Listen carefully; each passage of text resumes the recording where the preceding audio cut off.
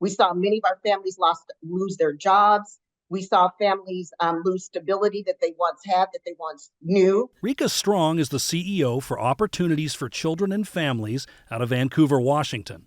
And like many early childhood education programs, many of the children her organization serves are struggling like never before 3 years after the beginning of the COVID pandemic. And we saw a significant decline in how prepared they are. Prior to the pandemic, 79% of our kids were preschool ready. That number has dropped to about 50 to 60%. And depending on where you are, it could be higher or lower. And then we are seeing behaviors that we have never seen before with our babies because they're not used to being around other children. And so things like aggression increasing, how to stabilize or moderate their big feelings when they're having them. Recent findings by the State Department of Children, Youth and Families found an alarming 62% of ECEAP children are able to develop mentally at age level.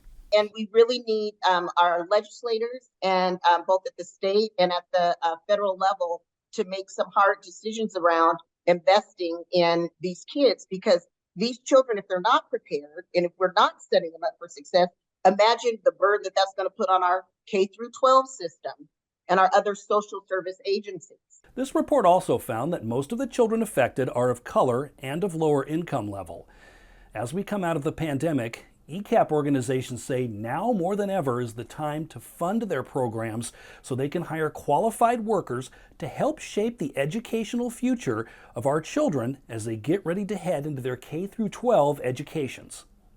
And I absolutely believe that, and I call my employees the most critical workers in this community, especially during the pandemic.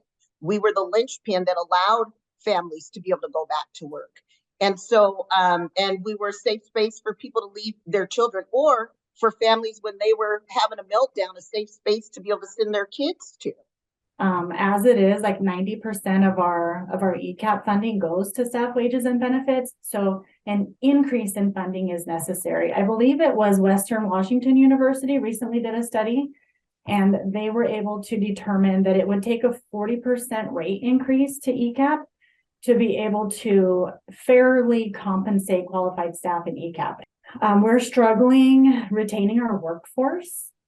So we have had, we've experienced a really high turnover rate. Any of our staff could go to Target or McDonald's and make better wages.